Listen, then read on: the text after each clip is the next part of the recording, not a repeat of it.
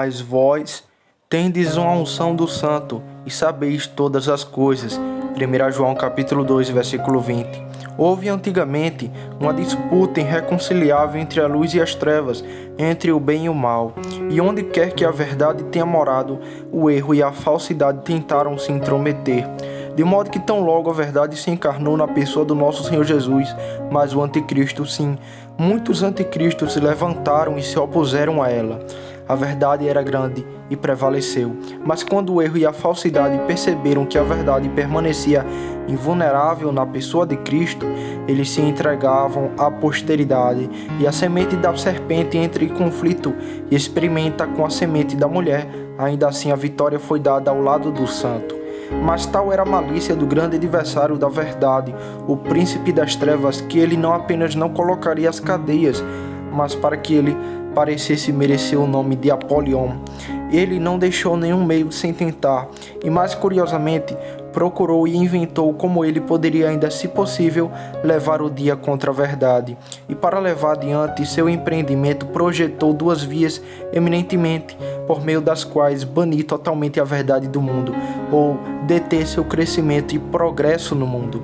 Ele foi por força aberta e violência, para perseguir as pessoas daqueles que professaram ser súditos da verdade, por meio do qual ele poderia imediatamente torná-los cansados de sua profissão, impedir e asfixiar outros de entreter essa verdade, que foi assim perseguida naquele que a professaram. A outra maneira tem sido por sutileza secreta e sofisma astutos para minar e rebaixar a verdade, misturar seu veneno com o vinho de Deus, pela qual ele poderia com menos dificuldade enganar os professores e donos dela, ou pelo menos impedir o efeito genuíno e natural que a verdade pura deveria ter sobre a mente dos homens. Mas sobre toda a glória houve proteção e defesa, e essa defesa tem sido a munição das rochas. Primeiro, que houve ataque violento contra as pessoas dos santos, por bem da verdade. Não preciso buscar um argumento de longe para demonstrar a você. Todos os que encontramos são capazes de nos falar dessas perseguições primitivas e nos relatar histórias tristes dos massacres sangrentos que ocorreram no exterior. Quem de nós ignora aquelas carnificinas de Smithfield e aquelas ofendas incendiadas de homens santos que os sangrentos sacerdotes de Roma ofereciam ao seu grande ídolo? O que diremos do ensaio de hoje daquelas armadas não invencíveis, dessas tramas de pólvora e conspiração, desse exercício e ressurreição, dessa guerra e tumulto que ameaçaram como de boca aberta engolir e devorar nações e comunidades inteiras onde Jesus Cristo teve seus adoradores? Certamente, nada que é tão maravilhoso quanto isso, que Cristo ainda tem um nome no mundo, que ele ainda tem um nome na Inglaterra. E o que tem protegido a verdade e seus súditos do mal desses desígnios foi a poderosa providência do Todo-Poderoso, aquele que segura as rédeas do governo em sua mão, que é o grande e supremo morador deste mundo, tomou para si seu grande poder e reinou.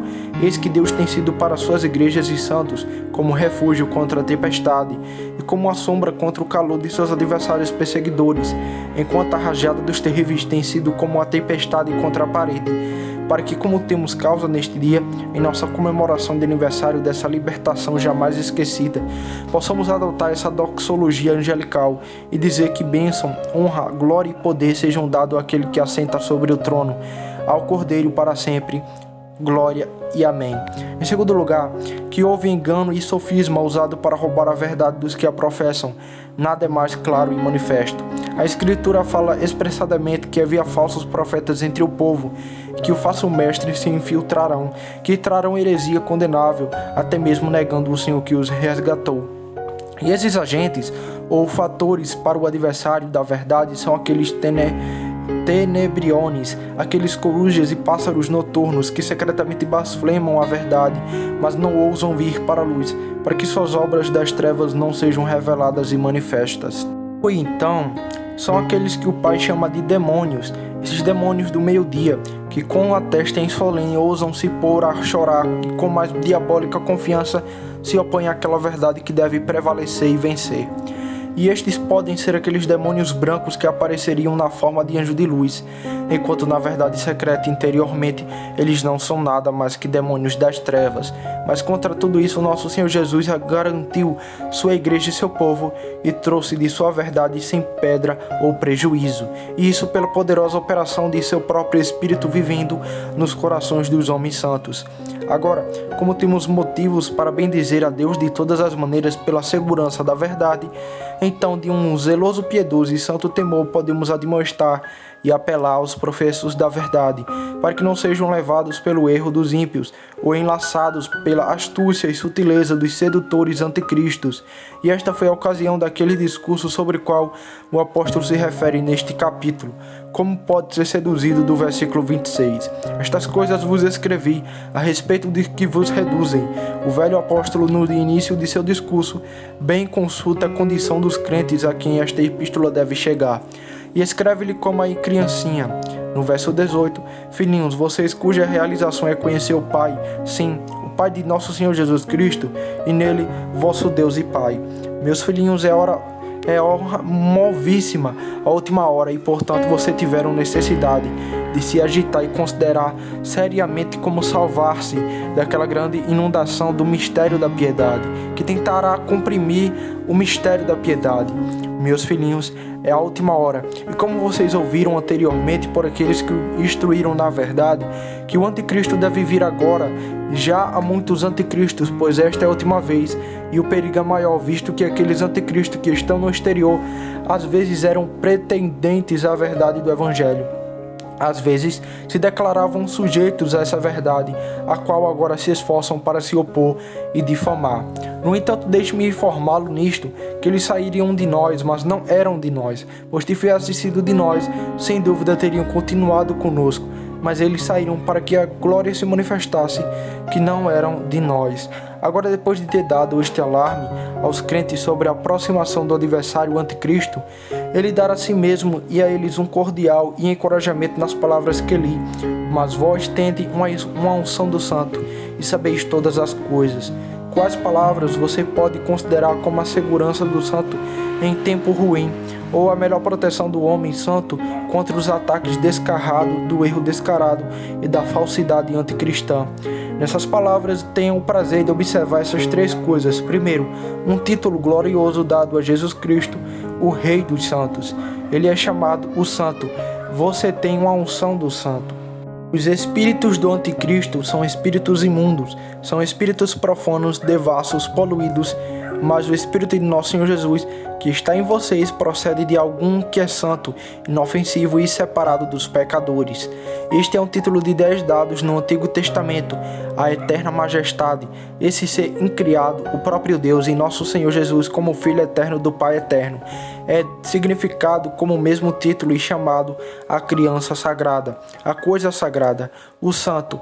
Em Daniel 9:24, ele é chamado de o grande santo, ou o mais santo de todos. Ali, o anjo diz a Daniel que depois de 70 semanas deveria haver uma reconciliação pela iniquidade, e a justiça eterna seria trazida, e o Santíssimo deveria ser ungido, isto é, nosso Senhor Jesus Cristo, o verdadeiro Messias, deveria vir em carne e ser inaugurado e instalado naquele grande ofício de sumo sacerdote, que havia sido por tantos anos tipificado e sombreado em sua sacerdote que servia no templo. Agora vale a pena nossa consideração que se nosso Senhor Jesus, que é a fonte de onde recebemos este Espírito, é tão santo e puro, então certamente os efeitos e operações que este Espírito produz naqueles que o recebem devem ser santos e puros também. Impureza e impurezas pecaminosas não podem proceder de um Espírito tão puro como o Espírito de Jesus Cristo, cujo nome é santo. Em segundo lugar, outra coisa considerável nas palavras é uma efusão do Espírito Santo de Jesus Cristo sobre seu povo. Você tem uma unção ou você recebeu a unção. O costume da unção era antigamente usado para separar e consagrar a um uso sagrado ou para instalar e inaugurar algum ofício e serviço. ou para dotar de dons adequados a algum emprego notável e eminente. E encontramos em as Escrituras que a unção passou sobre alguns de seus profetas, seu sacerdote e seu rei. Também é observado que no segundo templo a unção ou unguento sagrado estava faltando, o que poderia significar para os judeus que então existiam que seus ritos cerimoniais estavam começando a desperdiçar. Eles deveriam, portanto, ensinar e desejar sinceramente a vinda do Messias, porque quem é essa unção e outra coisa deve ser suprida e restaurada de uma maneira mais singular e eminente. Nosso Senhor Jesus, como nosso sumo sacerdote, ele foi ungido, e dele todo o seu povo, como tantos sacerdotes inferiores, recebe e participa dessa unção. Pois, como é observado, o sumo sacerdote de antigamente tinha mais óleo derramado sobre sua cabeça, e os outros sacerdotes eram apenas aspergidos com aquele óleo sagrado. Portanto, o significado dessa unção é que derramada de Cristo sobre seu povo deve necessariamente significar uma comunicação do mesmo Espírito, da mesma vida, da mesma graça e natureza, que Jesus Cristo, como sumo sacerdote, foi ungido com o do Pai, para que a mesma disposição e bondade de Espírito fluam de Cristo para uma alma graciosa. Em terceiro lugar, aqui está o grande benefício que os crentes recebem por esta santa unção, que eles têm do santo, isto é, que eles sabem todas as coisas. Você tem uma unção do santo e sabe todas as coisas. Há alguma diferença na leitura dessas palavras? O tradutor siríaco os lê assim: você conhece todos os homens. E nesse sentido, eles podem se referir ao que o apóstolo Paulo fala em 1 Coríntios capítulo 12, versículo 10, onde entre os dons do Espírito que ele considera, este é um, a saber, o discernimento de Espírito. E a verdade é que esse grande dom de discernir os espíritos dos homens foi dado mais especialmente a alguns do que a outros no tempo primitivo. Eles eram capazes de não apenas de conjecturar, mas também de julgar a respeito de muitos como que conversaram e assim descobriram diversos hipócritas vazios e de coração falso, presente que pode porventura, embora em menos medida e menor grau, viver até hoje nos corações dos homens santos, pois na verdade eles muitas vezes dão uma conjectura muito perspicaz, para não dizer julgamento, sobre os professores entre os quais vivem, mas isso eles fazem com um espírito sóbrio, modesto e compassivo. Quanto aos monstros profanos e pecadores notórios, sua condição é óbvia e facilmente discernível, por homens cujos olhos estão em suas cabeças, que não são cegados por uma noiva de favor, ou prejudicados por algum afeto apaixonado, mas todas as cópias gregas, como se observa, leem as palavras conforme as traduzimos. Você sabe todas as coisas, isto é, todas aquelas verdades principais, necessárias e fundamentais que Jesus Cristo veio declarar como do Pai ao mundo. Ou você sabe todas as coisas, isto é, todas aquelas verdades do Evangelho que aqueles anticristos que agora são, ou aquele grande anticristo que virá, se oporão e contradirão.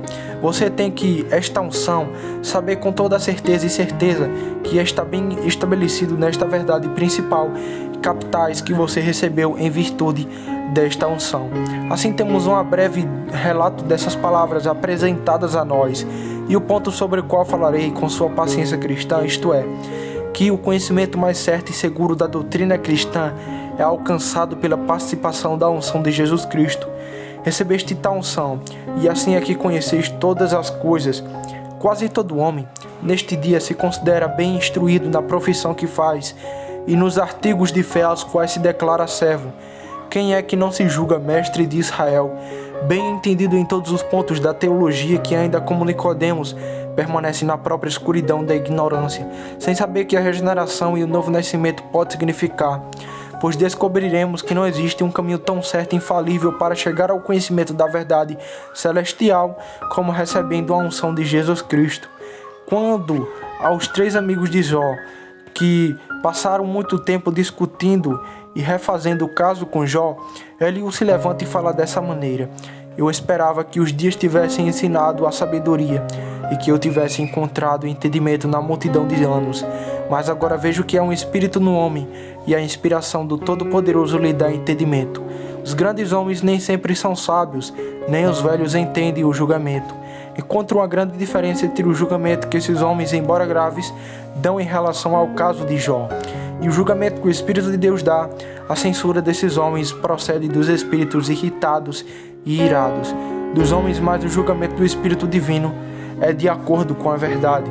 Mas aquela notável escritura sobre a qual falarei brevemente está em 1 Coríntios capítulo 2, versículo 13 ao 14.